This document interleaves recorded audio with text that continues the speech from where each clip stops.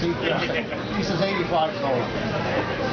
The point is, when you reach this kind of age, you're on the slippery slope. And there's one thing I wanted to say. There's one person missing here, it's Jack Colvin. And I really miss him. But in any case, with all of you coming here, I was looking at old movies, which would be very bad. You kids really were ugly babies. You're all on as pretty as you are today. I was saying I got a good shot of Sean when he was a baby. His mother held him up, and I said, I can't get the picture. So what she says, well, turn towards the mirror. So I took a shot off the mirror, and he came out great. He looks better in the mirror than he does really today. But let me see.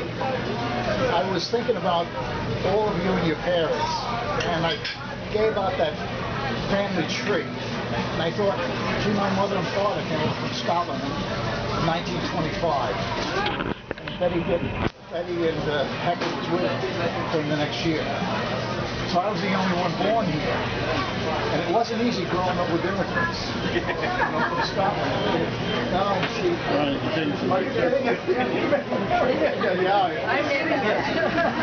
No, but the point is that Hector had 4 children. I had 4. Debbie had 3. And to think, in my 85th birthday, that all of them would show up. The only one that didn't was Rusty, and he's in South Texas making money. He called me today and said he's sorry he couldn't make it. But the point is, if you could be as lucky as I am, have a family like this, and friends. When you get old, all you've got is friends, family, and you might have some debt, but that's neither here nor there. I was looking up some jokes I had about old age. Everybody's mother told them to wear clean underwear in case of an accident. Yes. When you get to 60, when you get to 85, you carry clean underwear in case of an accident.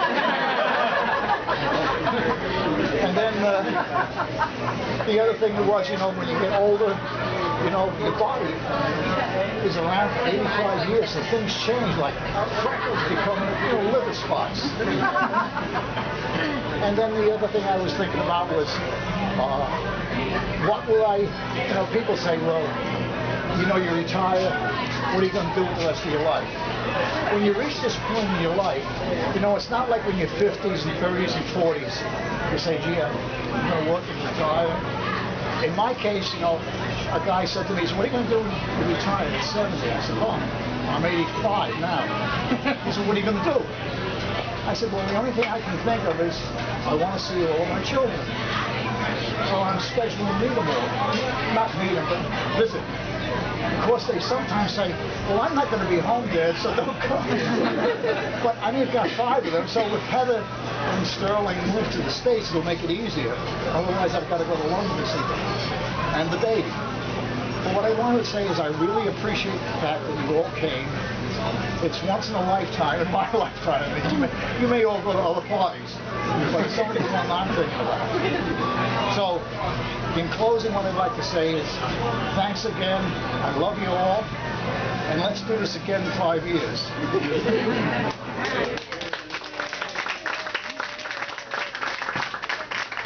Okay, stop. I think Hands. Here we go. I just wanted to say,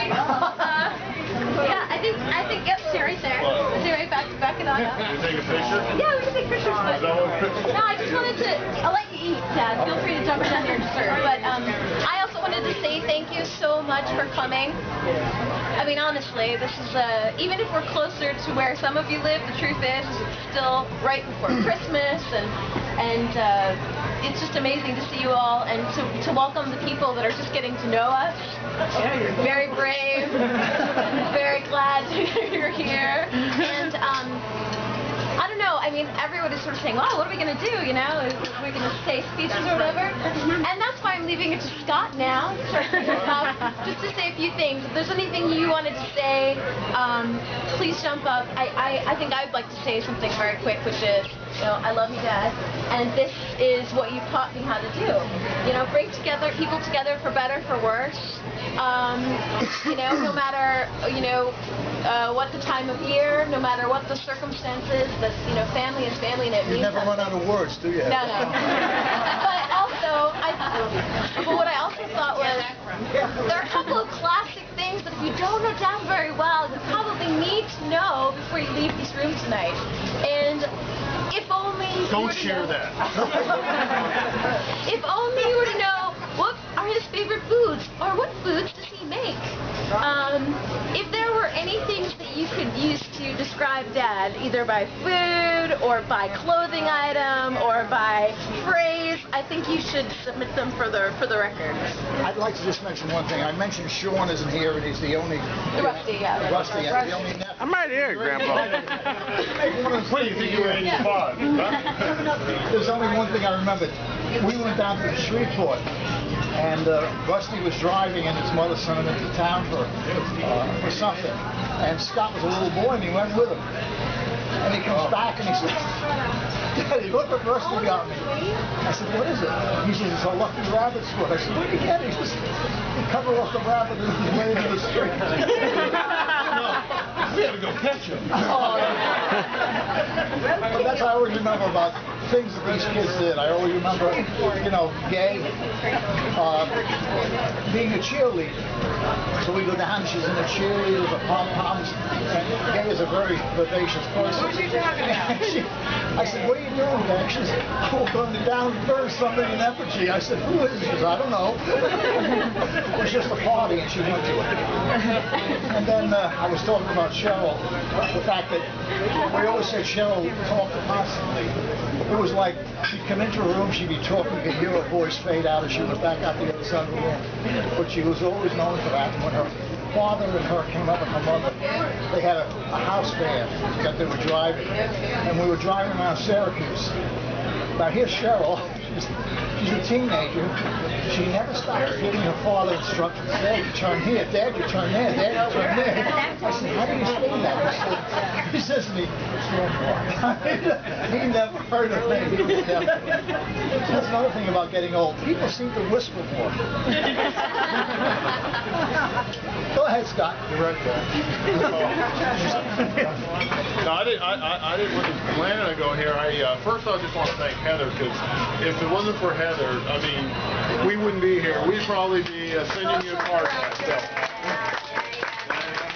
Somebody else would have done it if I hadn't done it. No, I decided you wouldn't have. I mean, I'm glad it wasn't the youngest, because you're the one who kind of pulls it together. So we really appreciate it. And I was thinking about what I was going to say, and then I went downstairs and I was talking to Glenn and Pam and Jan, and they were talking about, they were sharing stories, and they probably have more. And then I'm like they already have stuff that they were thinking about to share, so I wrote up a list because it was really competitive. So I needed some notes here. So just as a reminder, None of us going to compare notes. I'm not going to. That's why I'm not going to steal anything because so good. He sells it. So at first we were talking. I go, you know, when Heather said, "Hey, I want you to say something," I'm like, "Oh, this is great." Did you see Grandpa? Roast. So I'm going to come up here and roast him because he likes to spar. We go back and forth. That's where I get my sarcasm from. And, You were just a little closer in there. You guys go on the other side so you can hear you. Oh. Yeah. You want me to sit down? Okay. We're going to move up so I don't have to go. You sit in the middle. And it's not around, no. Yeah. Right here.